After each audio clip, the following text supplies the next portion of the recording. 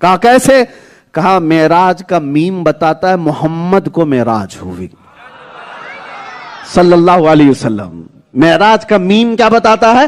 محمد کو معراج ہوئی. اور عین بتاتا ہے عرش پر گئے تھے.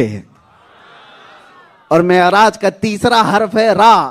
را بتاتا ہے رات کو گئے تھے. اور چوتھا حرف ہے الف.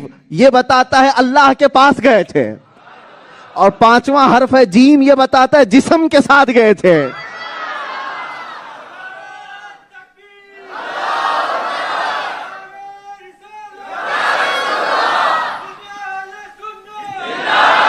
معراج کے 5 حروف میم عین را الف جیم، یہ عام لوگوں کو سمجھانے کے لیے ہم بتاتے ہیں.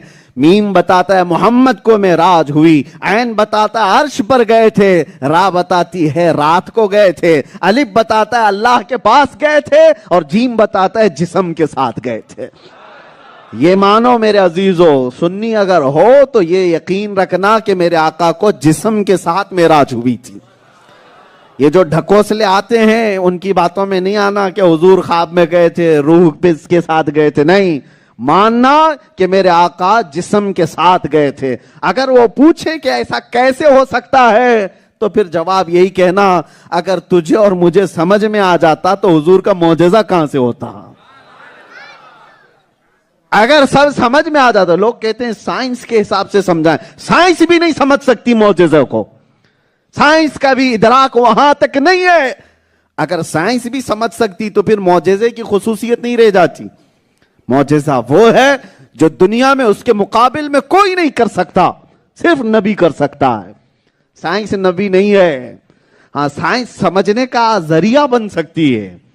پہلے تو یہ بھی انکار کرتے تھے کہ اتنا تیز سفر نہیں ہو سکتا، لیکن اب تو سفر اتنا تیز ہوتا گیا کہ اب انسانوں کی عقل میں باتیں آنے لگ گئیں کہ ہاں یہ بھی پاسبل ہے، یہ بھی پاسبل ہے.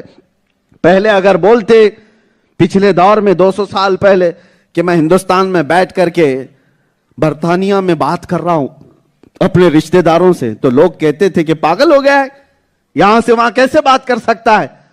اور آج کے دور میں کوئی تعجب کی بات نہیں. بات کیا، دیکھ بھی سکتا ہے ویڈیو کال کر کے. یہ کوئی امپاسبل نہیں رہ گیا.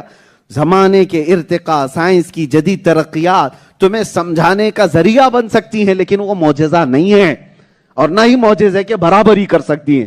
بعض لوگ حضور کے اس سفر معراج کو سائنس کے ذریعے سے سمجھانے کی کوشش کرتے ہیں. نہ ہی غلط. ہمارے نبی پاک کے معجزے کو سمجھانے کے لیے ہمیں سائنس کی محتاجی نہیں ہے. ایمان